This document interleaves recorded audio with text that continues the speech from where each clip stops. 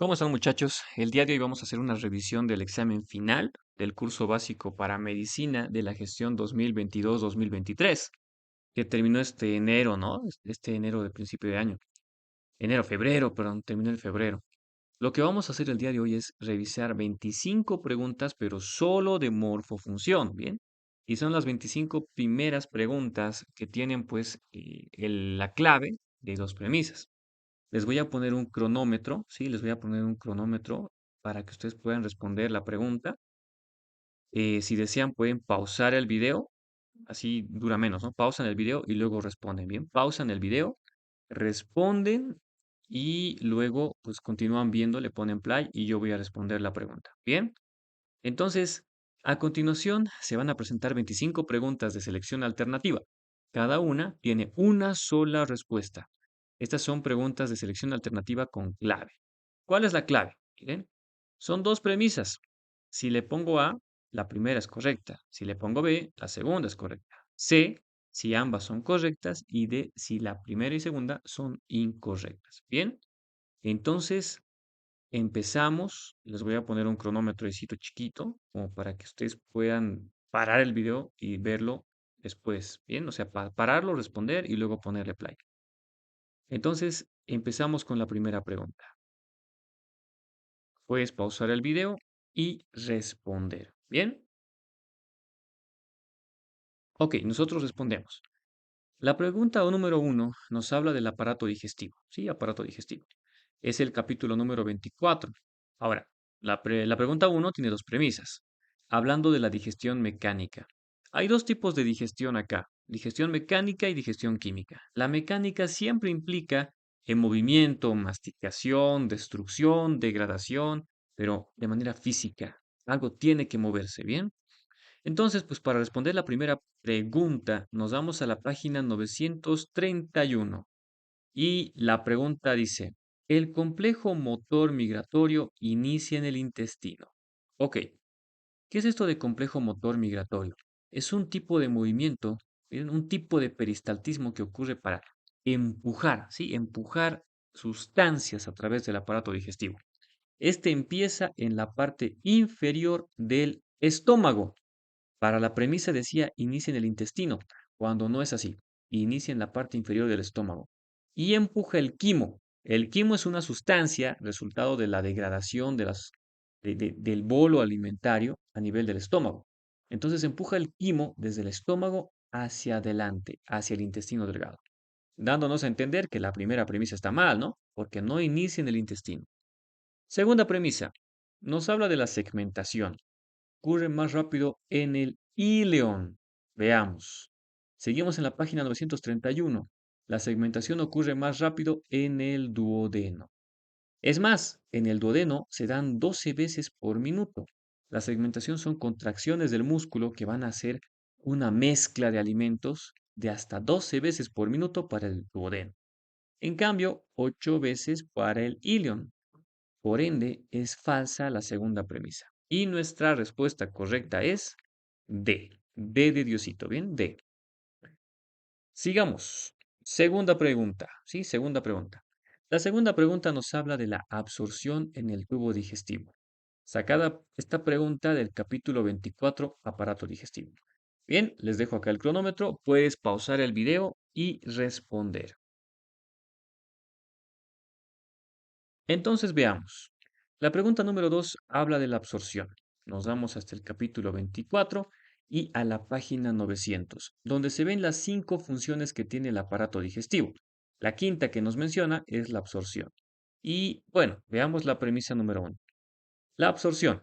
El pasaje de nutrientes dirigidos del tubo digestivo, miren, del tubo digestivo a la sangre y a la linfa se denomina absorción. Veamos. Absorción es el movimiento de los productos de la digestión de la luz del tubo digestivo para pasar a la sangre o a la linfa. Bien, entonces es correcto. Pasa a la sangre y a la linfa o a la linfa. Bien, es correcto.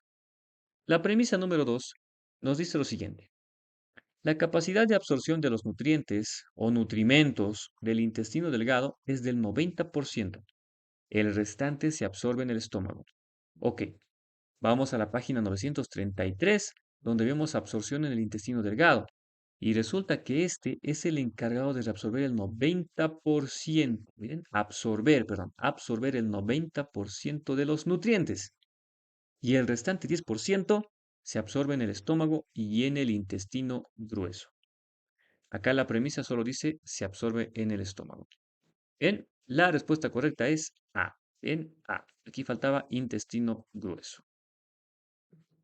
Pregunta número 3. La pregunta número 3 nos habla del aparato urinario. La tasa de filtrado glomerular, ¿sí? La tasa de filtrado glomerular. Para hablar de esta tasa de filtrado glomerular, hay que recordar que el aparato urinario forma orina y el filtrado glomerular es la formación de orina, ¿bien? Les voy a dar un tiempo que ustedes pueden pausar el video y responder la pregunta, ¿bien?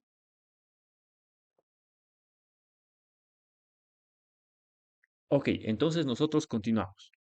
La regulación de la tasa de filtrado glomerular. Aquí vamos a hablar de dos hormonas, el péptido natriurético auricular y la angiotensina 2. Nos vamos hasta la página 1009, donde se ve la regulación hormonal de la tasa de filtrado glomerular. Y empecemos por la angiotensina 2, que es de lo primero que habla.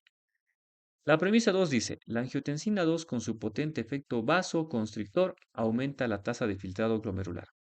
Recordemos, el riñón, sí, el riñón tiene unas estructuras llamadas glomérulos, los cuales forman una especie de cápsula, miren, una cápsula, a la cual llega una arteriola aferente, se forman capilares glomerulares y sale como arteriola eferente, ¿no? Aferente, eferente.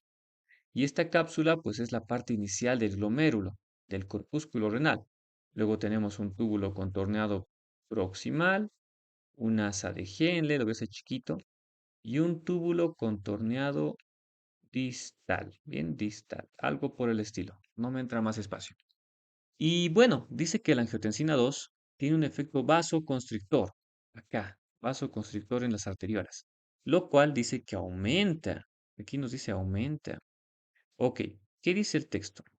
El texto dice, la angiotensina 2 es un potente vasoconstrictor, perfecto, que promueve la constricción de la arteriola aferente, de esta de acá, y de la arteriola eferente, de esta de acá, reduciendo así el flujo de sangre renal, con lo cual disminuye la tasa de filtrado glomerular.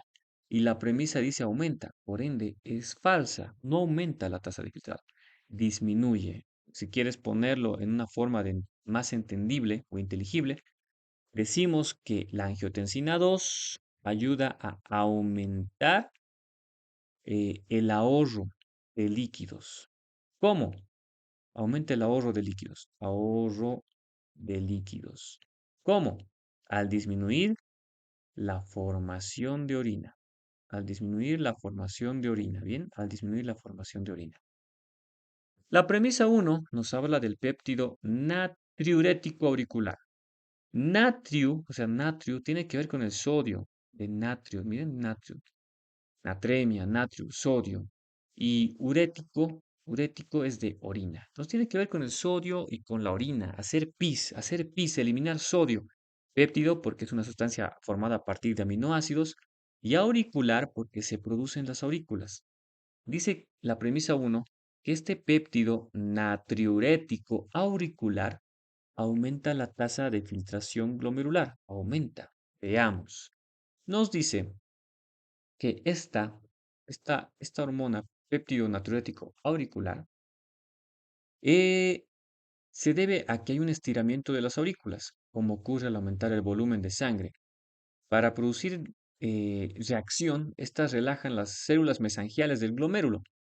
La presión, o perdón, el péptido natriurético auricular aumenta la superficie capilar, por ende aumenta la tasa de filtración glomerular. La respuesta correcta es A. Bien, la respuesta correcta es A. Pasemos a la número 4. La número 4 sigue siendo del aparato urinario. Habla de filtración, reabsorción y secreción de la nefrona. Bien, en este momento puedes pausar el video y luego continuamos con la pregunta. Bien, puedes pausarlo. Entonces veamos. Hay que recordar que lo que es la nefrona ese organito interesante que está dentro de los riñones, tiene partes. Tiene una cápsula, tiene túbulo contorneado proximal, asa de Henle, túbulo contorneado distal. Y es que el túbulo contorneado distal, bien, túbulo contorneado distal, tiene dos partes, tiene dos partes. Tiene una parte inicial y una parte final. Pero la pregunta solo habla de la parte inicial. Y acá podemos encontrar reabsorción y secreción. Veamos reabsorción. Nos vamos a la página 1015 y podemos encontrar lo siguiente. Reabsorción del túbulo contorneado distal en su parte inicial, su primera parte. Dice, la primera parte del túbulo contorneado distal reabsorbe 10 al 15% de agua, cuando así la primera premisa nos dice que el túbulo contorneado distal reabsorbe el 15% de agua. ¿Ok? Entonces, es correcto. La premisa número 2 nos dice que el inicio del túbulo contorneado distal da la reabsorción de sodio y de cloro por cotransportadores. Veamos, reabsorción de sodio, reabsorción de cloro por cotransportadores, lo cual es correcto. La respuesta correcta acá es C. Bien, es C. Pasemos a la siguiente. Ok, ahí les dejo la quinta pregunta. Está hablando del sistema linfático. Bien, capítulo 22. Veremos si le has atinado. Para este capítulo, ¿sí? Hay que saber conceptos básicos, como qué son los vasos linfáticos, qué son los quilíferos. Miren, la primera premisa nos habla de los vasos linfáticos. Transportan vitaminas hidrosolubles. Hidrosolubles. ¿Cuáles son mis vitaminas hidrosolubles? Ok, las vitaminas hidrosolubles son la vitamina B y es la vitamina C. Bien, esas son hidrosolubles. Sin embargo, los vasos linfáticos no transportan vitaminas hidrosolubles. Nos vamos a la página 809 y nos dice lo siguiente. Una de las funciones del sistema linfático es transportar lípidos, lo cual se traduce a grasa, ¿bien? A grasa. Y entre sustancias grasas están las vitaminas liposolubles. Miren, liposolubles. Los vasos linfáticos transportan los lípidos y las vitaminas liposolubles. ¿Cuáles son estas? A, D, E, K. Bien, A, D, K si quieren. A, D, K. Entonces aquí el error está claramente notorio, ¿no? A, D, K son liposolubles, no hidrosolubles. Bien. Y respecto a la premisa 2. La premisa 2 decía, en el intestino delgado existen vasos linfáticos especializados llamados quilíferos. Bien, y bueno, es correcto. Nos vamos a la página 811, ¿bien? Página 811. En esta nos vamos a capilares linfáticos, justo acá abajo, justo acá abajo. ¿Qué nos dice? En el intestino delgado existen algunos capilares linfáticos especializados llamados quilíferos. Miren, quilíferos. Está textual. ¿Qué transportan estos quilíferos? Lípidos de la dieta hacia vasos linfáticos y luego hacia la sangre. Bien, luego hacia la sangre. Ok, muchachos, entonces la respuesta correcta era B. Pregunta 6. Seguimos en sistema linfático, ¿bien? Sistema linfático. Respecto a los ganglios. A ver, chéquenlo. Está hablando de los ganglios linfáticos. Cuando hablamos de ganglios, cuando hablamos de ganglios, son unas estructuras, unos órganos linfoides secundarios, ¿no? Lo hemos visto en sistema linfático, son órganos linfoides secundarios. El ganglio, el ganglio, lo voy a dibujar aquí de manera sencillita. El ganglio tiene una forma así, como si fuera una habichuela, pero más gordita. Una parte convexa y una parte cóncava. La parte cóncava es el hilio de este ganglio linfático. Y hacia la parte convexa vienen vasos linfáticos, ¿no? Vienen vasos linfáticos. Esos vasos linfáticos están llevando linfa. Y la linfa va a ir recorriendo, pues, diferentes zonas que tiene el ganglio. ¿Bien? Está llegando por acá. Llega a una corteza, ¿sí? A una corteza que se divide en dos, corteza externa, corteza interna, ¿no? Con sus folículos. Y luego está la médula del ganglio, ¿sí? Médula, corteza, corteza. ¿Bien? Veamos, corteza externa. Tengo que poner esto. Corteza externa, corteza interna. La primera premisa dice, la corteza linfática externa esta de acá. Contiene células plasmáticas productoras de anticuerpos. Ok, nos vamos a la página em, 817 y resulta que no es así. La que tiene, la que tiene, em, la que tiene células plasmáticas productoras de anticuerpos es la médula. Bien, la médula de un ganglio linfático contiene células B, células plasmáticas productoras de anticuerpos. ¿Sí? Es la que tiene células productoras de anticuerpos. La corteza externa tiene células B, pero no están como células plasmáticas, tiene células B. A lo que me voy es que en esta premisa está muy hecha la mala, ¿sí? La corteza linfática externa contiene células plasmáticas, no tiene células plasmáticas. Lo que tiene la corteza linfática externa son células B, o si quieren, linfocitos B. Linfocitos B. ¿Será lo mismo decir linfocito B que célula plasmática? No, no es lo mismo. Simplemente van de la mano, ¿no? Pero no es lo mismo. El linfocito B se convierte en una célula plasmática, pero no hay células plasmáticas en la corteza linfática externa. Lo que tengo son linfocitos B. Bien, vamos a la siguiente. La segunda, la segunda premisa dice, cerca de las glándulas mamarias se encuentran grandes grupos de ganglios linfáticos. O sea, grandes grupos se refiere a muchos ganglios linfáticos. Y esto está pues en la página 814, ¿sí? Donde vemos los ganglios linfáticos. Dice, cerca de las glándulas mamarias y regiones axilares e inguinales, aumentamos estas dos, axilares e inguinales, se encuentran grandes grupos de ganglios linfáticos. Bien, por ende, la segunda premisa era correcta y la respuesta correcta es B. Sí, es B. Jamie, ¿tú respondiste esa segunda? ¿O era No, otra? ¿Quién era? ¿Quién era? ¿Quién dijo B ahora? Cristal. Cristal, perfecto. Cristal, te llevas otro puntito. Cristal. Ok, sigamos entonces. Veamos la pregunta número 7, ¿sí? Veamos la pregunta número 7. Ahora entramos al aparato respiratorio. En el aparato respiratorio, acá vamos a hablar de, miren, producen abducción de los pliegues vocales de la apertura de la hendidura glótica. Ok, les dejo ahí un ratito, vayan checándolo. Está hablando de la hendidura glótica. Vamos a responder. Y justo esto hemos avanzado la semana pasada, ¿no? Con los grupos 3.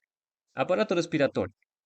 Para hablar de los pliegues vocales, hay que recordar que existen dos tipos de pliegues. Pliegues vocales, pliegues vestibulares. Y los vocales son los únicos que están relacionados con la voz, para hablar, ¿sí? Para hablar. Nos vamos a la página 859 del capítulo 23, donde podemos ver esto. La contracción de los músculos cricoaritenoideos posteriores separan los pliegues vocales realizando abducción y de esta manera se abre la hendidura glótica. ¿Bien? Ok. ¿Tengo alguna imagen? Sí, aquí está. Si ustedes se fijan en la imagen que está a la izquierda superior, tenemos cartílagos de la laringe. El primer cartílago que vemos acá así grandote es el cartílago tiroides. Miren, cartílago tiroides. Más abajo está el cartílago cricoides. Y algo interesante del cartílago cricoides es que en su borde superior, hacia la parte posterior, tiene unos cartílagos llamados aritenoides. Miren, los aritenoides, formando una articulación sinovial entre aritenoides y la parte posterior del cricoides. Del aritenoides salen unos plieguecitos, miren, unos pliegues, los pliegues vocales. De esos estamos hablando, pliegues vocales, ¿bien? Y se van al cartílago tiroides, miren, del tiroides al aritenoides. Y estos pliegues vocales se pueden abrir como también cerrar. Al momento de abrir, miren, abrir, estoy separándolos de la línea media. Eso vendría a ser abducción, ¿no? Capítulo 9 de articulaciones nos dice que abducción es separar dos estructuras de la línea media, ¿bien? De la línea media. Entonces, ¿cuál es el músculo que está haciendo posible esta abducción de los pliegues vocales? La respuesta es músculo cricoaritenoideo posterior. Bien, estos de acá son los cricoaritenoideos posteriores. ¿Por qué se llaman cricoaritenoideos? Porque están yendo desde el cricoides, miren, cartílago cricoides, ese de acá, cartílago cricoides, al cartílago aritenoides. La respuesta correcta es A. Bien, es A. Uy, no se me ha pintado, pero la respuesta correcta es A. Bien, aquí no me salía la respuesta. Lamentamos. La respuesta correcta es A. Entonces, Marco se va otro puntito. Bien, excelente, muchachos. Seguimos con aparato respiratorio. Pregunta número 8.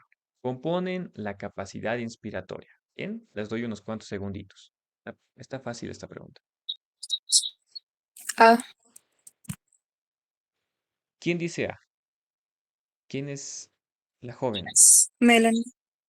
Melanie. Ok. Entonces ya tenemos la respuesta. Veremos. Cuando queramos evaluar la función respiratoria, existe algo llamado espirometría. Bien, espirometría. Uy, espirometría. Esta espirometría Salud.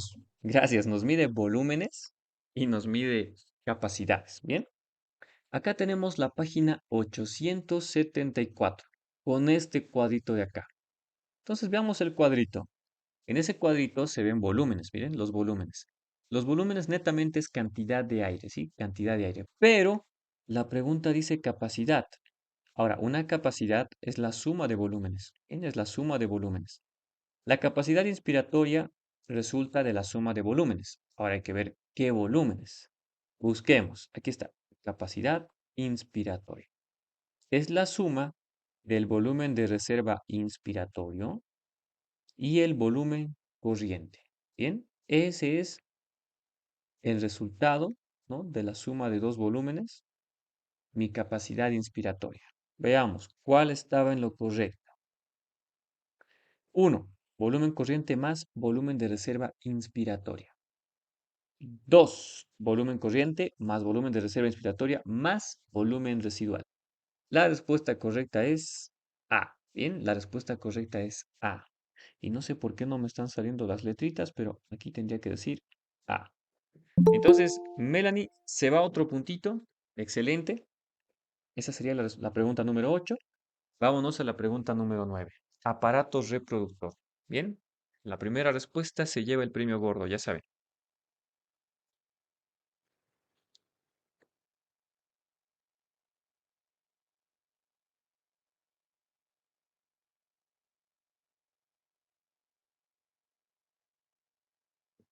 Trompas de falopio. Capítulo 28. El último capítulo para el temario. Sí, el último capítulo. Y bueno, veamos. Aparato reproductor. Trompas de falopio. Estas estructuras tubulares que se encuentran acá, miren, estas estructuras tubulares, también llamadas oviductos o trompas uterinas, trompas de falopio, tienen partes, sí, tienen partes. Esta primera parte que se encuentra acá en la imagen se llama infundíbulo, ¿bien? Infundíbulo. Después está presente la ampolla y luego está el istmo, ¿bien? Vamos a poner acá infundíbulo, infundíbulo. Aquí estaría la ampolla, y esta parte sería el istmo, ¿bien? Sería el istmo, istmo. Ok, ¿qué más? Dice, premisa número 1, las fimbrias. Ok, ¿y qué son las fimbrias? El infundíbulo tiene estas estructuras como deditos, miren. Esas son las fimbrias, esos pelitos que ven acá, esos deditos que ven ahí, ¿sí? Las fimbrias. Las fimbrias se unen al extremo distal del ovario. Oh, miren, extremo distal del ovario. Para responder esto, nos vamos a la página 1076 de su libro, y nos dice lo siguiente. Trompas uterinas. La porción en forma de embudo de cada trompa se llama infundíbulo. Esta parte que parece un embudo, miren, un embudo. Termina en un conjunto de proyecciones digitiformes en forma de dedos, llamadas fimbrias, adheridas al extremo lateral. No es lo mismo decir distal que lateral, ¿bien? Distal hemos visto en el capítulo 1, en términos direccionales, que se utiliza en miembros superiores, ¿no? Distal, proximal. Acá nada que ver. Acá lo que estoy haciendo, voy a borrar.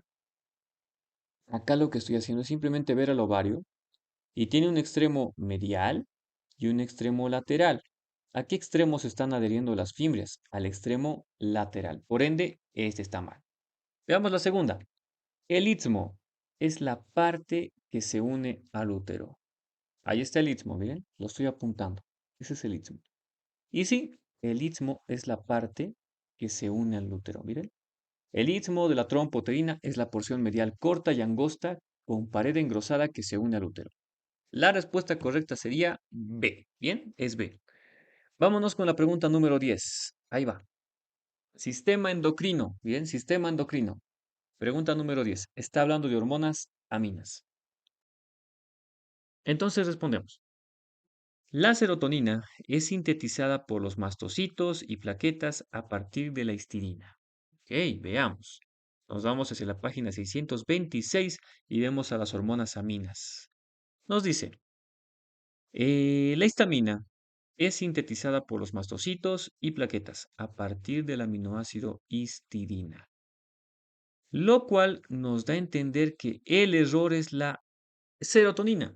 Debería decir histamina. Bien, nos han cambiado serotonina por histamina. Premisa número 2. La histamina y la melatonina derivan del triptófano, lo cual es falso, ya que la serotonina y la melatonina se sintetizan a partir del triptófano. Lo único que hicieron acá para confundirnos fue intercambiar serotonina con histamina. Bien, y la respuesta correcta para esta pregunta es D. Sí, D. Ninguna es correcta. Pasemos a la siguiente. Pregunta 11. A ver, chequenla.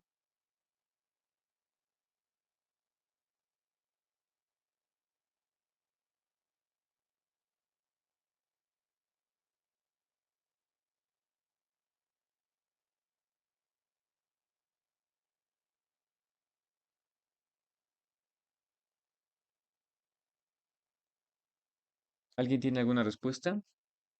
Puede ser A. Puede ser A.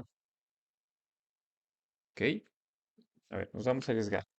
Alguien dijo A. Veamos. Con relación a las funciones de la hormona luteinizante. Para recordar esto, vamos a mencionar un poquito de esta hormona. La hormona luteinizante es producida en ¿dónde? En la adenohipófisis, ¿bien? Adenohipófisis. Acá veo una imagencita bien chiquita, ¿no? Donde está el hipotálamo, donde está la hipófisis. Y la hipófisis tiene una parte anterior llamada adenohipófisis, esta de acá.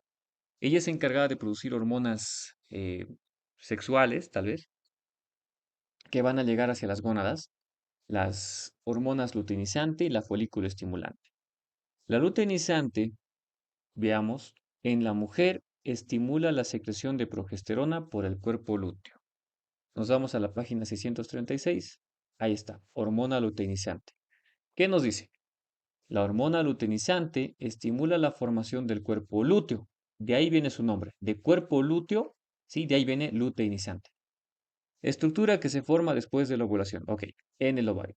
Y además, la luteinizante estimula la secreción de progesterona por el cuerpo lúteo. Ok, entonces, ¿qué decimos de la primera? La primera está bien.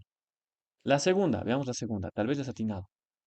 En los hombres, la hormona luteinizante estimula la secreción o estimula, perdón, a las células testiculares para producir esperma, ¿bien? Para producir esperma. Dice que la luteinizante hace que las células testiculares produzcan esperma. Veamos. Seguimos en la misma página. En los hombres, la hormona luteinizante estimula a las células testiculares para secretar testosterona. No se encarga de la producción de esperma, se encarga de la producción de testosterona. ¿Bien? Testosterona. Por ende, la respuesta correcta es... ¿Quién me dijo A, muchachos? Yo, doctor. Nicole. Nicole. Nicole se lleva... Nicole, ¿de qué grupo eres? 6 de 2. Perfecto. 6 de 2. Sigamos entonces. O ya se han cansado, muchachos.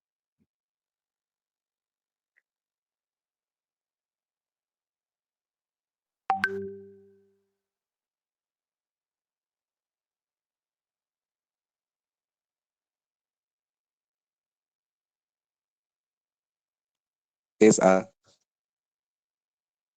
¿Quién dice que es A? Ese suena que es... Marco otra vez. A ver, veremos si es A. Marco dice A. Son músculos de la masticación. Nos vamos a la página 344. ¿Sí? A la página 344. Músculos de la masticación. Macetero, macetero, temporal, temporal, pterigoideo medial y pterigoideo lateral. Los pterigoideos. ¿Y qué dice la segunda premisa? Pterigoideo sí, digástrico, nada que ver. El digástrico es un músculo del cuello. Es un suprayoideo. Sí, es un suprayoideo. Entonces, esta pregunta estaba regalada. Deberían estar peleándose por responder.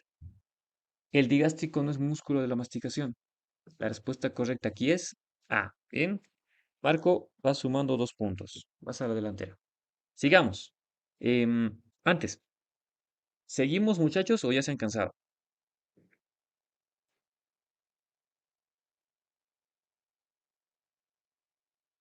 Creo que se han dormido, ¿no? ¿Se han dormido? Seguiremos. Seguiremos, dice ahí. Pero creo que la mayoría se ha dormido. Estos muchachos. Pregunta 13. Estamos concentrados, ¿no? Esperemos que sí. Esto es para ustedes, muchachos. Sí, esto es para ustedes, para que repasen un poquito. Voy a tunear todavía las preguntitas porque me he dado cuenta que tenía algunos errorcitos. Veamos el capítulo 19, sangre, con relación a la hemoglobina. Miren que esta está regalada, esta está Es fácil. A. Ah, Es ah, A. A ver, respondamos. Con relación a la hemoglobina. Para recordar un poquito, la hemoglobina es una proteína globular, ¿no? Que tiene glóbulo rojo. Aproximadamente 280 millones de hemoglobinas por cada glóbulo rojo. Y se separa en globina y en hemo. Sí, es, es lo más básico, ¿no? La hemoglobina se divide en dos partes. Una parte globina y una parte hemo. ¿Eh? Globina, hemo. La parte globina es la parte proteica, ¿sí? Para repasar, ¿no? La parte proteica. Y esta globina, escúchenme bien, tiene la capacidad de transportar dióxido de carbono. ¿Bien? Dióxido de carbono. Y el hemo es el pigmento, es un pigmento, ¿sí? Es un pigmento, es como un platillito volador. Acá se ve el grupo hemo. Ese grupo hemo puede transportar oxígeno. Y justo la semana pasada veíamos respiratorio y estábamos viendo que la globina transporta el 23% del dióxido de carbono total. ¿Bien? La globina. Y el hemo transporta el 98.5% del oxígeno total. Sí, solo para tener ese datito, ese datito. Premisa 2. La hemoglobina es la parte que se une al oxígeno. Digo, la globina, falso. La globina se une, acabo de decir, al dióxido de carbono, al dióxido de carbono. La premisa 2 la respondemos acá en la página 675. Nos dice, en el centro de cada anillo hay un ion hierro. Miren, hierro, que puede combinarse reversiblemente con una molécula de oxígeno. Bien, entonces, A. Bien, A. Esto tendría que decir hemo, nada que ver que globina, ¿sí? Globina, nada que ver. Sigamos con la 14. Bien, vamos con la 14. Seguimos en sangre, hablemos de neutrófilos. Esta está cortita. A ver, anímense, chicocos. Esta está regaladita.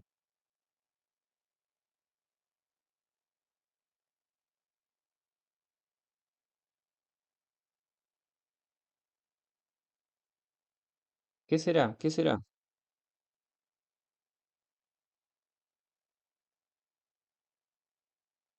creo que sea ¿Cree que sea A, doctor. seguro? B, Seguro. doctor. B.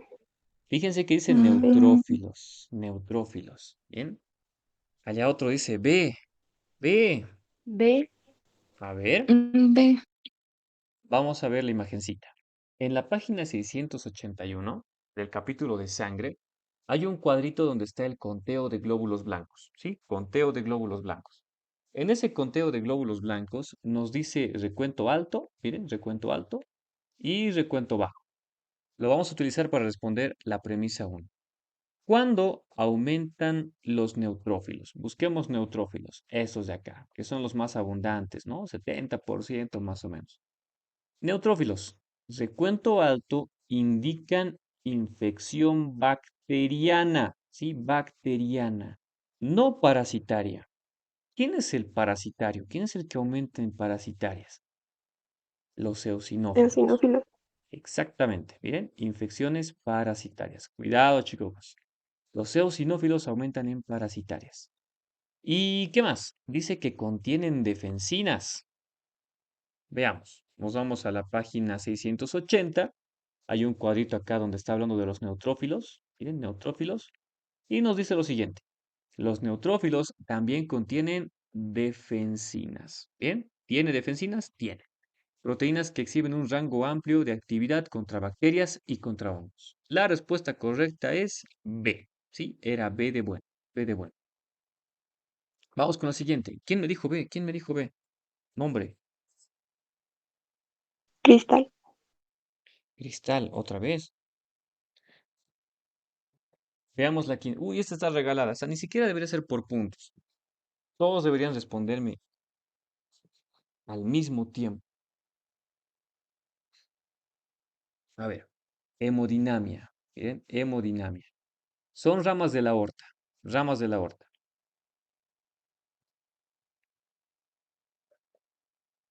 ¿Ya está? ¿Ya tienen la respuesta? Veamos. Aquí tengo un corazoncito. ¿Sí? Un corazoncito. Podemos revisar el capítulo de hemodinamia, podemos revisar el capítulo de corazón. En cualquiera vamos a encontrar la respuesta. Y pues resulta que el corazón tiene una arteria enorme llamada aorta, ¿no? Aorta. La aorta, ¿sí? La aorta tiene porciones. Tiene una porción ascendente, tiene un arco de la aorta, tiene una aorta descendente que se clasifica en aorta torácica y en aorta abdominal, ¿sí? Aorta torácica y aorta abdominal. En el arco de la aorta salen tres ramas importantes, miren, tres ramas importantes. La primera que estoy mostrando es el tronco brachiocefálico derecho. La segunda es la carótida común izquierda, miren, carótida común izquierda. Y la tercera es la subclavia izquierda. Esto en base al arco, ¿no? En base al arco. Y aquí, ¿qué dice la premisa número uno? Rama de la arteria aorta, tronco brachiocefálico. ¿Qué dicen? Verdadero. Ahí está, tronco brachiocefálico. Bien, esta de acá. Arteria pulmonar. ¿Y la arteria pulmonar acaso es rama de la aorta? Es ultra falso, muchachos. La arteria pulmonar es una gran arteria que sale del ventrículo derecho. ¿Sí? Del ventrículo derecho. En cambio, la aorta sale del ventrículo izquierdo. ¿Bien? Ventrículo izquierdo. Uy, hace rato no sé si dije izquierdo o derecho. La aorta sale del ventrículo izquierdo, ¿sí? En cambio, la arteria pulmonar sale del ventrículo derecho. No es rama de nadie, no es rama. Es simplemente una arteria principal que sale del ventrículo derecho. La respuesta correcta es A. Bien, la respuesta correcta es A. Vámonos con la 16, así rapidito. Hemodinamia, capilares. Vean esa preguntita, vean esa preguntita. Está medio que regalada, ¿no?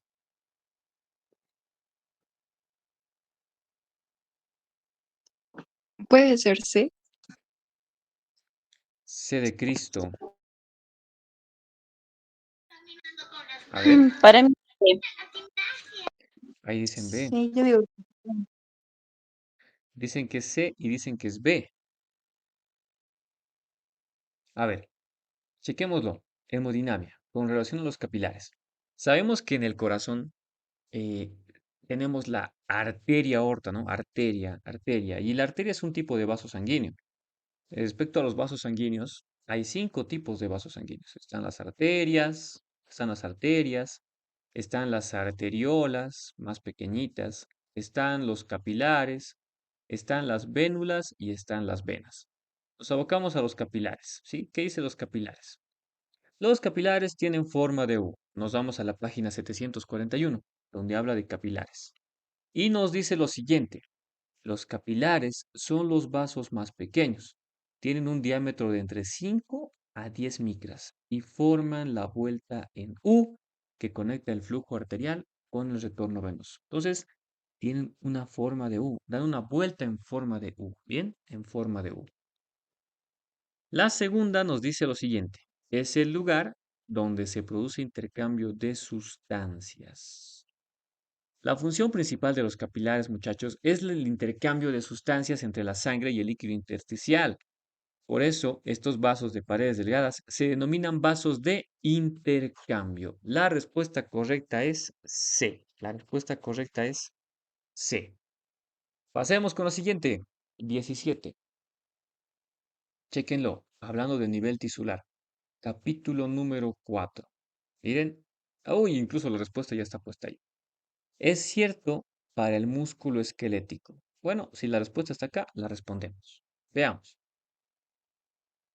Nos vamos a la página 136. El músculo esquelético dice. 1. Tiene como medio de unión a los discos intercalares. Falso. Los discos intercalares, muchachos, discos intercalares, los vamos a encontrar en el músculo cardíaco, ¿sí? En el músculo cardíaco, no en el músculo esquelético, en el cardíaco, ¿sí? Premisa 2. Es voluntario, de relajación consciente, inervado por el sistema nervioso autónomo. ¿Qué dicen? Pues no. ¿Por qué no?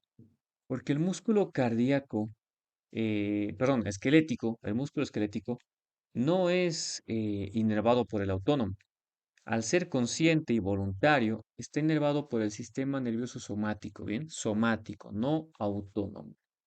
La respuesta correcta acá es D, bien, D. Pasemos a la 18, ya casi terminamos. 18. Estas son las preguntas de tejido óseo que decía uno de sus compañeros, ¿no? Que les han metido 5 preguntas de tejido óseo. Entonces, veremos. Con relación a las células progenitoras. A ver, les doy un ratito.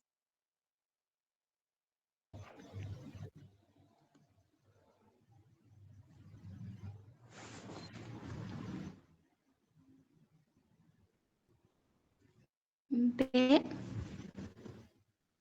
¿B de Diosito o B de bueno? B de bueno. B de bueno, D. B de bueno. El otro dice D, o igual B. C, C, D dice. de Diosito. D de sí, Diosito. sí. A ver, D, ok, vamos a responder. Con relación a las células progenitoras óseas, ¿bien? Progenitoras óseas.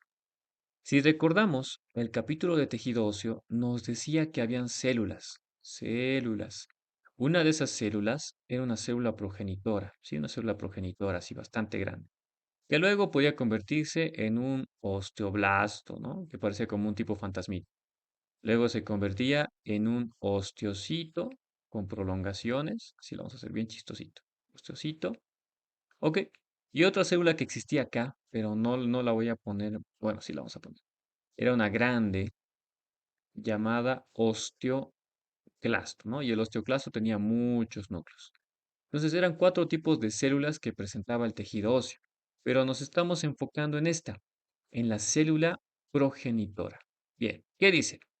La progenitora sintetiza y secreta fibras de colágeno y otros componentes de la matriz extracelular ósea. Nos vamos a la página 175, donde se ven todos los tipos de células. Miren, osteoprogenitoras, osteoblastos, osteocitos y osteoclastos. Ok, vámonos a progenitoras. ¿Qué nos dice? Eh, las osteoprogenitoras, cuando se van a multiplicar, van a convertirse en osteoblastos, ¿sí? Van a convertirse. Y si hablamos de osteoblastos, ellas son inmaduras. Los blastos, les comenté que son los que sintetizan y secretan fibras de la matriz extracelular. No así las progenitoras. Las células progenitoras no sintetizan matriz. Bien, la respuesta correcta estaba en blastos. Blastos. Les han cambiado blastos. Bien, blastos. Estaba totalmente falsa la premisa porque no son las progenitoras las que producen matriz. Y la premisa 2 dice, las progenitoras se encuentran en la parte interna del periósteo en el endostio y en los conductos dentro del hueso. Ahora sí, vemos el mismo cuadrito de hace rato, acá en las osteoprogenitoras, y nos dice que se encuentran a lo largo del periostio, bien, parte interna, en el endostio y en los conductos del hueso. Casi textual. Así que la respuesta correcta era B de bueno. B de bueno. ¿Quién fue el que dijo o quién fue la que dijo B de bueno? Micaela. Micaela. Micaela. ¿De qué grupo eres, Micaela? 6-2. 6-2. Ah, ya. Excelente. Ahí va un puntito. Sigamos. 19. Si ya están cansados, se aguantan, muchachos. Si realmente quieren aprobar el curso básico, no se están durmiendo, ¿sí? Si realmente quieren aprobar el curso básico, ahorita me están atendiendo, están mirando la clase y pues nos vamos con tejido óseo. Pregunta 19. Con relación a las laminillas intersticiales del tejido óseo compacto. Miren, compacto, ¿está bien? Intersticiales. Vamos, ¿quién se anima? ¿Quién se anima? Vean la pregunta. A, Uy, qué rápido. A, ¿Quién es A. ese A?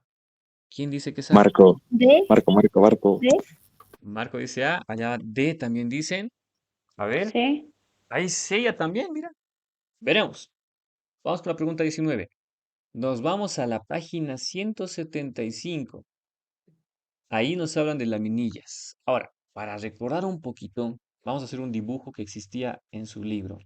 Hay un dibujo de corte de tejido compacto, así, donde aquí afuera estaría el periósteo con sus dos capas y las laminillas. Ahora, hay ostionas. Vamos a hacer una ostiona así, una ostiona. Las laminillas intersticiales están entre las ostionas, ¿sí? Entre las ostionas. Entre las ostionas hay unos espacios acá con laminillas intersticiales. Esas de ahí son, ¿bien? Ok, dice, laminillas intersticiales son fragmentos de ostionas viejas, destruidas parcialmente durante la reparación del hueso. A ver. ¿Qué nos dice el texto? Que las laminillas intersticiales son fragmentos de ostionas viejas, ostionas antiguas, que han sido parcialmente, miren, parcialmente destruidas durante la reparación o el crecimiento del hueso, dándonos así una primera premisa correcta. Vamos con la segunda. Se conecta con el periósteo a través de las fibras perforantes. ¿Qué otro nombre tenían las fibras perforantes? De Sharp. Sharpey. Eso mismo, de Sharpey. ¿Y será que las laminillas intersticiales se conectan con las fibras perforantes de Sharpey? No, jamás. Las que se conectan con las fibras perforantes de Sharpey son las laminillas circunferenciales externas, bien, externas, no las intersticiales, las externas. Por ende, la respuesta correcta era A. Marco, ¿qué me dijo Marco? Me dijo B, creo, ¿no? No dije A, No lo sé, Rick, parece falso. Te voy a anotar por si acaso, por si acaso. te lo juro. Ya vamos a seguir, vamos a seguir. Ya casi terminamos, ya casi terminamos. Y recién se está aprendiendo esto, ¿no? 20. Tejido óseo, 20, la 20, chéquenla. Tejido óseo esponjoso y compacto. B. B de bueno. ¿Quién dice B de bueno? Belka. Belka, excelente. Ya estaba esperando que participes, Belka. Belka dice B de buenardo. ¿Será correcto? ¿Alguien tiene alguna otra opinión? B también. Ok, vámonos con la respuesta. La respuesta está en la página 177. Con relación al tejido óseo esponjoso y compacto. El tejido óseo compacto es liviano, lo que reduce el peso total del hueso. El tejido compacto, muchachos, no es liviano. De hecho, es pesado porque está compacto. En primer lugar, el tejido óseo esponjoso es liviano. Por ende, esta es falsa. Falsa, no es liviano. el esponjoso es liviano. Vamos con la segunda premisa, está cerca de ser B. Premisa número 2. Las trabéculas del tejido óseo esponjoso protegen la médula ósea roja. Veamos. En segundo lugar, las trabéculas del tejido óseo esponjoso sostienen y protegen la médula ósea roja. Y correcto. La respuesta es B. Berka, te llevas el primer puntito de la noche. ¿Sí? Seguimos, quedan cinco preguntitas, cinco preguntitas. Otra vez tejido óseo, pero esta vez hablando de factores que afectan el crecimiento óseo. Vamos, chéquenlo. Creo que B, B. B, S. BC, no. Alguien dijo B al inicio. ¿Quién dijo B? B de ah, bueno. creo que fui yo. Creo, dice. A ver, veremos que es B, A, C, D. ¿Qué será? Chequemos. El crecimiento óseo, lo vamos a ver en diferentes etapas de la vida. ¿Sí? El crecimiento óseo. Lo podemos ver en la pubertad, en la lactancia, adolescencia. Y aquí hay algunos factores. Nos vamos a la página 185. En la página 185 nos dice lo siguiente. La hormona insulina. La hormona insulina. Producida por el páncreas, produce el crecimiento óseo y aumenta la síntesis de proteínas. ¿Y qué decía nuestra premisa número 1? La insulina promueve el crecimiento óseo al aumentar la síntesis de proteínas óseas. Es correcto, ¿sí? Correcto. La insulina es una hormona que no solo regula el azúcar en la sangre. Sé que te suena de algún lado, y es que hay una glándula llamada páncreas, así, bien chistosita, mi páncreas, miren, que tiene una hormona producida llamada insulina. Y si queremos recordar un poquito, hay unas células beta en el páncreas, células beta, que representan el 70% de toda la masa del páncreas, encargadas de producir insulina y la cual regula niveles de azúcar. Pero no solo eso, al regular los niveles de azúcar, también promueven el crecimiento óseo, ya que puedes usar ese azúcar para poder, para poder sintetizar proteínas, promover el crecimiento, ¿bien? Entonces, la respuesta es correcta. Uno, verdadero, la uno, ¿no? La dos, ¿qué dice la segunda premisa? Las hormonas sexuales promueven el estirón durante la adolescencia. ¿Qué es esto de estirón? Nos vamos a la página 185, donde están las hormonas sexuales. Estas hormonas son responsables del aumento de la actividad de osteoblastos, síntesis de matriz y el repentino estirón. Bien, las hormonas sexuales son las encargadas de que tú tengas el estirón en la adolescencia. ¿Qué es este estirón? Hay una etapa en la adolescencia donde de la nada te estiras como 10, 20, no, bueno, 10 centímetros, ¿sabes? Te estiras bastante, ¿no? 5, 10 centímetros. De un día para otro en la vacación, aumentas tu estatura. Bien, ya casi terminando, vamos a la 22. Tejido óseo, nuevamente tejido óseo. Con relación a las fontanelas. Miren, fontanelas, muchachos. A ver,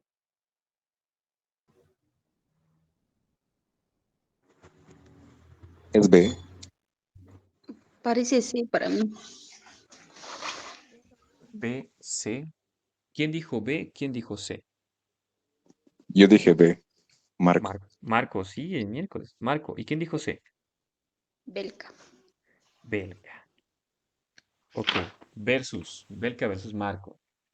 Veremos.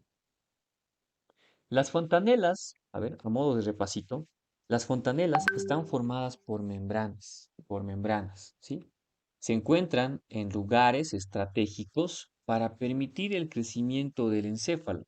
Estas fontanelas son las siguientes, ¿no? La fontanela anterior, la fontanela posterior, las dos pares que son laterales, anterolateral y posterolateral. ¿Bien? Siempre se encuentran entre tres o más huesos. ¿Bien? Ahora, dice, pregunta o premisa uno. Luego del nacimiento, las fontanelas son reemplazadas por hueso mediante osificación endocondral. Endocondral. ¿Qué quiere decir endo? Dentro, ¿no? En- Y condral, cartílago. eh, Y si digo endocondral es dentro de cartílago, pero estoy diciendo que las fontanelas son membranas. Pero aquí hay un detalle. Nos vamos a la página 214.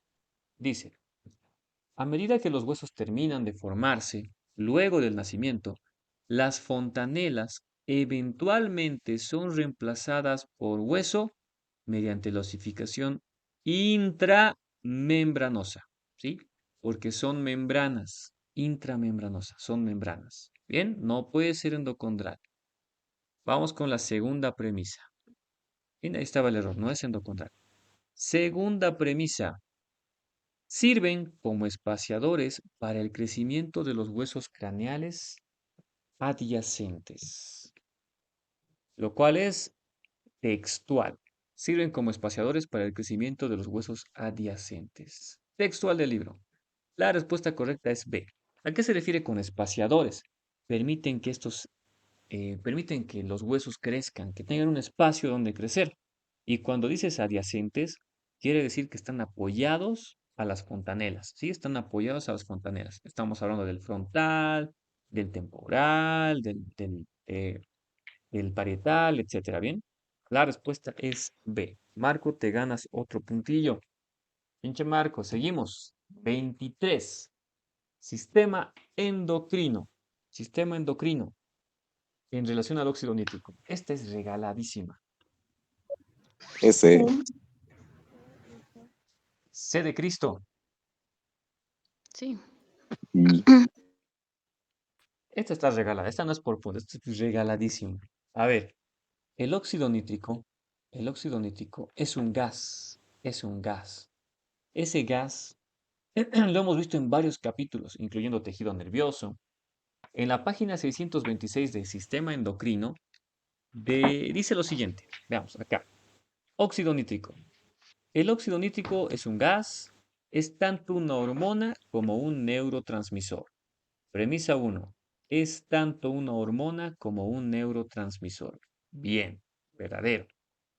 2. Se libera en las células endoteliales. Para los que no recuerdan, las células endoteliales están formando el epitelio plano simple, ¿sí? Plano simple, que revisten vasos sanguíneos. Se liberan células endoteliales que revisten vasos sanguíneos. Veamos. Óxido nítrico, cuadrito, cuadrito, el cuadrito nos dice, se libera en células endoteliales que recubren los vasos sanguíneos. Igual, textual. Por ende, la respuesta correcta es C. La respuesta es C. Penúltima pregunta. Introducción al cuerpo humano. Miren, introducción. Respecto al equilibrio homeostático. A ver, chequenlo. Ya estamos terminando, ya estamos terminando.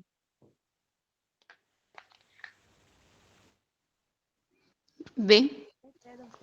C. B de bueno, ya. C, alguien me dijo. C, B. doctor. B. C, siguen B, siguen C. A ver, checaremos. Y este es capítulo 1. Veamos. Tenemos página 12. Miren, página número 12. Hay un cuadrito de sistemas de retroalimentación positiva acá, ¿no? El del parto. Dice, premisa 1. Si el desequilibrio homeostático es moderado, puede aparecer un trastorno o una enfermedad. Recordemos que trastorno es una alteración en la anatomía, en la estructura, o una alteración en la fisiología, ¿no? Alteración de la anatomía y de la fisiología. Enfermedad es una dolencia, ¿no? Dolencia. Dolencia caracterizada por signos y síntomas. Entonces, nos vamos a este cuadrito de acá, en la página 2, ¿ven? En esta parte, párrafo penúltimo.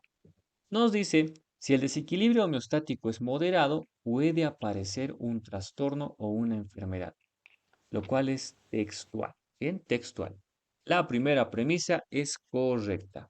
Segunda premisa, si uno de los componentes del cuerpo pierde su capacidad para contribuir a la homeostasis, el equilibrio de todos los procesos puede perturbarse. Veamos. Sin embargo, si uno o más componentes del cuerpo pierden su capacidad para contribuir a la homeostasis, el equilibrio normal entre todos los procesos corporales puede perturbarse, lo cual nos dice que es verdadero. Bien, tomemos en cuenta eso, que si el desequilibrio homeostático es moderado, trastorno, enfermedad. Si uno de los componentes del cuerpo pierde su capacidad para contribuir a la homeostasis, los procesos pueden perturbarse. Bien, todos los procesos, dice todos los procesos. Y la última, miren la ultimita, y con esta pues se me van a descansar. Articulaciones, la más fácil de todas las preguntas. Ejemplos de movimiento por deslizamiento. Aquí deberían pelearse por responder. B. B. Intercarpianas B. B. B, D, C, A. ¿Cuál será? Vamos a recordar. Cuando hablamos de articulaciones, tenemos pues articulaciones según el tipo de estructura, fibrosas, cartilaginosas y sinoviales. Me interesan las sinoviales. Las sinoviales tienen movimientos que pueden realizar. Son 4 tipos de movimientos. Movimientos angulares, movimientos de rotación, movimientos especiales y movimientos de deslizamiento. No es el orden, ¿no? de su libro, pero deslizamiento. Esos son los 4 tipos de movimientos. Y acá nos pregunta deslizamiento. Ok, ¿qué estructuras pueden realizar deslizamiento? Los huesos cortos, sí, huesos cortos. Y si tengo huesos cortos, estoy hablando de qué. Nos vamos a la página 267 de articulaciones, aquí en el párrafo de arriba, donde nos dice lo siguiente. Son ejemplos de articulaciones em, que hacen movimiento de deslizamiento. Las articulaciones intercarpianas. Incluso la imagen se veía, ¿no? Aquí está. Miren, deslizamiento, intercarpianas. ¿Y por qué no las interfalángicas? Las interfalángicas entre falange y otra falange hacen movimientos de flexión y extensión, los cuales son angulares. Bien, nada que ver. Interfalángicas son angulares.